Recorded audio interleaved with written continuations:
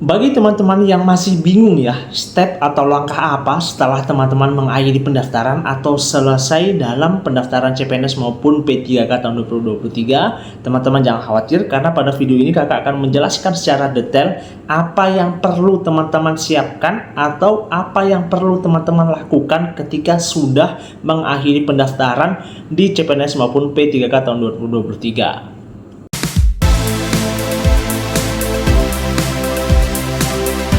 Masih bingung ngerjain tugas mendadak? Tuntaskan tugas kamu bersama Amanah Store.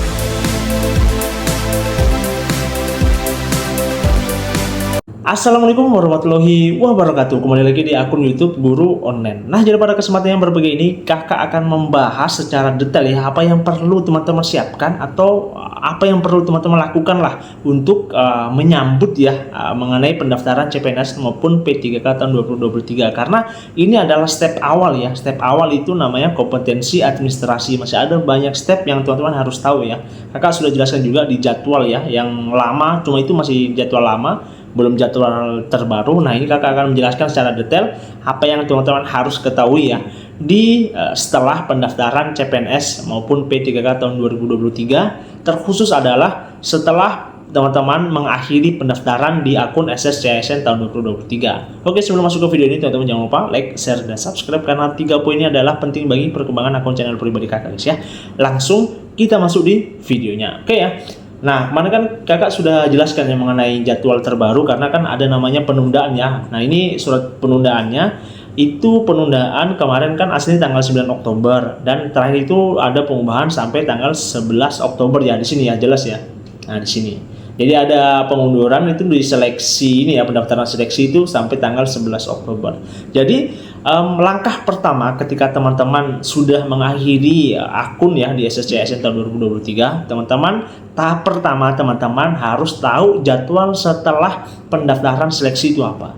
Jadi sesuai dengan ini ya surat terbaru dari Kementerian Badan Kepegawaian Negara atau BKN, sini ada jelas ya di bawah untuk setelah sesi ya pendaftaran seleksi itu sampai tanggal 11 Oktober nanti ada namanya seleksi administrasi. Jadi ada di sini tertulis tanggal 20 September sampai dengan 14 Oktober tahun 2023. Jadi masih ada sisa tinggal 2 hari ya, 2 hari masa seleksi administrasi. Jadi datanya teman-teman itu akan diolah ya, atau diakses, akan dilihat apakah sesuai dengan instansi atau persyaratan umum dan persyaratan khusus setiap instansi yang teman-teman lamar. Jadi ada masa 2 hari ya teman-teman untuk libur ya, dalam artian tidak melihat informasi mengenai SSCSN dan sebagainya, karena itu tugasnya panitia untuk menseleksi administrasinya teman-teman. Nah, pertanyaannya selanjutnya di sini nih poin 4 ya, pengumuman hasil seleksi administrasi. Jadi pengumumannya itu 3 hari ya, dari setelahnya seleksi sampai di tanggal 18 Oktober. Jadi tanggal 15 sampai tanggal 18 Oktober. Di sini teman-teman buka aja ya untuk pengumuman hasil seleksi administrasi, dicatat ya untuk pengumumannya itu ada di akun SSCSN tahun 2023 ya. Di sini. Teman-teman masuk aja, klik masuk. Oke. Nah, ini teman-teman login aja ya. Kalau sudah login, nah nanti setelah login di sini ada informasinya ya di sini ya nanti. Ada pengumumannya. Jadi teman-teman tunggu aja ketika sudah ini ya, sudah waktunya ini ya, waktunya itu tanggal 15 sampai 18 Oktober. Jadi ketika sudah ada waktunya teman-teman langsung aja ya untuk siap-siap menunggu pengumumannya. Jadi ada sekitar 3 hari, 15, 16, 17, 18, 4 hari ya. 4 hari waktu teman-teman bisa lihat pengumumannya. Nah, pertanyaannya setelah pengumuman apa yang teman-teman lakukan? Ini step kedua ya, step kedua. Yang teman-teman wajib ya, kan tadi sudah satu ya, satu itu tadi step seleksi administrasi ya teman-teman harus tahu. Yang kedua itu teman-teman harus menonton ya, bukan menonton, harus melihat ya, melihat informasi pengumuman hasil seleksi administrasi itu di tanggal 15 sampai 18 Oktober tahun 2023 di akun SSCSN-nya teman-teman ya. Setelah login ada nanti tools untuk pengumuman hasil seleksi administrasi. Nah, itu langkah 2 ya. Langkah ketiga teman-teman harus tahu yang namanya itu masa sanggah. Ini ya, poin nomor 5 ya. Tanggal 19 sampai 21 Oktober. Jadi ada sekitar 19, 20, 21. Ada 3 hari ya. 3 hari teman-teman digunakan untuk masa sanggah. Nah, pertanyaannya masa sanggah itu apa? Jadi kakak langsung buka ya. Buka di ini pengertian secara langsung ya dari panitia. Oke, kita lihat. Oke, jadi masa sanggah adalah waktu pengajuan sanggah yang diberikan kepada pelamar untuk melakukan sanggahan terhadap pengumuman hasil seleksi, seleksi administrasi dan seleksi SKB, dan waktu tanggapan sanggah oleh instansi untuk memverifikasi kembali kesesuaian persyaratan umum dan khusus yang ditetapkan instansi dengan dokumen persyaratan yang diajukan pelamar sampai dengan penetapan keputusan sanggah.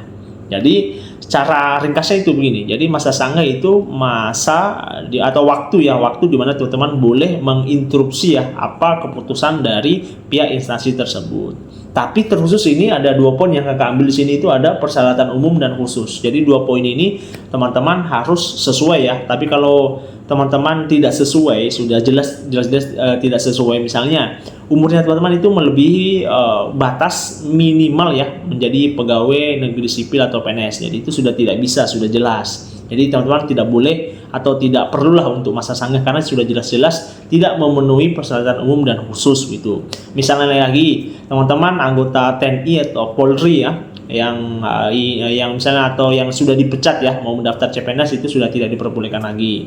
Jadi sudah tidak diperbolehkan, jadi tidak perlu teman-teman menggunakan masa sanggah. Nah, selanjutnya lagi, misalnya teman-teman di instansi tersebut ya tidak menerima suket atau surat keterangan lulus ya atau SKL. Jadi teman-teman tidak usah masa sanggah karena instansi tersebut tidak menerima SKL atau suket. Jadi teman-teman tidak perlu menyanggah karena sudah jelas ya.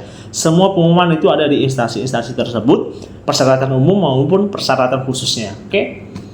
Sebenarnya begitu ya. Jadi kalau misalnya teman-teman sudah atau masih merasa benar ya dengan sesuai dengan informasi dari instansi, teman-teman boleh menyanggahnya. Nanti caranya ini ya, caranya itu ini ada ya, apakah pelamar dapat mengajukan sanggahan setelah pengumuman seleksi. Jadi waktunya itu setelah pengumuman seleksi ya, di sini jelas ya. Setelah pengumuman seleksi, jadi tanggal 19 Oktober sampai 21 Oktober tahun 2023. Nah ini ya, jadi apabila setelah dilakukan pengumuman seleksi administrasi terdapat pelamar yang keberatan terhadap hasil keputusan instansi. Jadi ini keberatannya itu ketika teman-teman tidak lulus dikarenakan misalnya teman-teman memenuhi syarat umum dan khusus tapi tidak diloloskan. Nah itu boleh disanggah ya. Nah caranya itu ini ya, dengan login ke halaman SSCSN di ini ya, yang tadi ini ya, di sini. Teman-teman dengan login aja, nanti ada tools untuk pengumuman dan untuk masa sanggahnya jelas. Lalu mengisikan sanggahannya dengan menjabarkan kronologis dan mengunggah bukti dukung yang diperlukan ya. Perlukan gini. Jadi ketika teman-teman dinyatakan tidak lolos, jangan sekali-kali teman-teman pasrah ya, jangan. Teman-teman lihat dulu verifikasi atau persyaratan-persyaratan umum dan khusus di jabatan yang teman-teman pilih. Teman-teman lihat apakah sudah sesuai dengan teman-teman yang upload atau belum. Kalau yang tidak sesuai, kakak sarankan tidak usah masa sanggah ya. Tapi kalau misalnya teman-teman merasa benar, teman-teman cek, persiapkan bukti-buktinya gitu ya. Misalnya surat SKL-nya. Kemarin teman-teman lagi upload SKL misalnya. Cuma sekarang sudah dapat ijazah, jadi teman-teman sanggah nanti saya sudah punya ijazah gitu, nanti ya dijelaskan kronologinya dari awal, misalnya pada tanggal sebelumnya tanggal 11 ya teman-teman masih belum mendapatkan ijazah, tapi ternyata di tanggal 15 ini teman-teman sudah dapat ijazah dari misalnya Universitas A ya, dapat tahap itu. Jadi itu masih bisa disanggah dan kemungkinan besar masih bisa diloloskan ya. Apalagi kalau teman-teman sudah punya bukti ya, buktinya ini bukti pendukung ya, bisa saja scan PDF nanti yang teman-teman bisa buktikan di penguploadan di masa sanggah. Oke, jadi step ke berapa tadi? Keempat ya, teman-teman harus tahu masa sanggah itu apa, fungsinya apa dan sebagainya. Ini sangat perlu sekali ya teman-teman tahu masa sanggah. Nah, setelah masa sanggah, teman-teman ada namanya jawab sanggah. Jadi ini jawab sanggah itu tanggalnya 19 sampai 23 Oktober tahun 2023. Jadi jawab sanggah ini instansi akan menjawab sanggahannya tersebut. Misalnya teman-teman menanyakan kenapa teman-teman tentang waktunya masa sanggah kan, sudah masa sanggah, nanti untuk jawabannya itu kadang langsung, kadang 1 hari, kadang 2 hari juga, tergantung dengan sanggahnya teman-teman apakah ribet atau simple gitu ya. Kalau simple biasanya langsung, tapi kalau ribet agak-agak biasa kadang 1 harian maksimal ya. Tapi ini memberikan waktu tambah jadi sampai tanggal 23 ya, karena aslinya kan tanggal 21, jadi dia tambah, panitia tambah sampai tanggal 23 Oktober. Jadi masih ada sekitar 19, 20, 21, 22, 23, ada 5 hari ya untuk jawab sanggahnya. Tapi ketika teman-teman dijawab sanggah melebihi dari waktu atau tanggal 21 Oktober, teman-teman tidak bisa menyanggahnya lagi karena sudah batas waktunya sudah tidak ada. Karena batas sampai tanggal 21 aja ya di sini ya. Jadi teman-teman fokuskan di 3 hari ya, pada tanggal 19, 20, sama 21 untuk masa sanggah. Nah setelah tanggal 21 itu teman-teman tidak bisa lagi menyanggah lagi ya, karena waktunya sudah habis. Nah selanjutnya pengumuman pasca sanggah. Nah misalnya teman-teman sudah dijawab ya, dijawab dari instansi tersebut dan dikatakan sudah lolos atau memenuhi kriteria dengan alasan dengan masa sanggah yang sudah diberikan ya, teman-teman nanti ada pengumuman pasca sanggah dan ini sudah finalnya. Nah sini ada informasi ini penarikan data final. Jadi pengumuman pasca sanggah, misalnya ada beberapa teman-teman yang sudah disetujui, jadi ada pengumuman persetujuan sanggahnya teman-teman. Kalau sudah, ini kan tanggal 22 sampai 28 Oktober. Kalau sudah, penarikan data final di tanggal 29 sampai 31 Oktober. Nah, ini penarikan data final yang untuk SKD ya. Jadi tahap kelima, teman-teman harus tahu nama teman-teman itu sudah penarikan data final enggak, masuk betul atau tidak. Nanti kalau sudah masuk, teman-teman persiapkan di step ke-6. Step ke-6 apa adalah ini penjadwalan SKD dan CPNS. Jadi tanggal 1 sampai tanggal 4 November tahun 2023. Oke, jadi teman-teman sebelumnya tanggal ini ya 1 sampai 4 November teman-teman persiapkan pembelajaran ya, karena banyak sekali yang tidak lolos di SKD ya. Jadi teman-teman belajar semaksimal mungkin karena waktu terus berputar, waktu terus juga melambat juga, mempercepat. Jadi teman-teman harus belajar karena tinggal sisa berapa minggu lagi ya.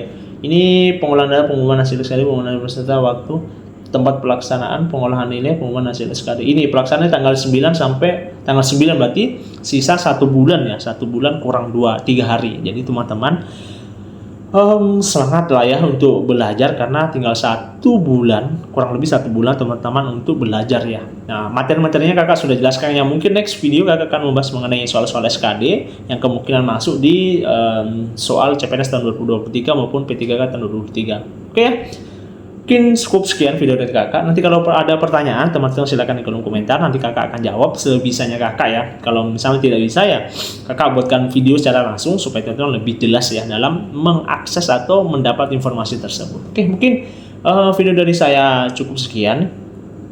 Kalau jangan lupa ya like, share, dan subscribe karena itu penting ya bagi kakak. Oke, sekian, saya Al. Assalamualaikum warahmatullahi wabarakatuh.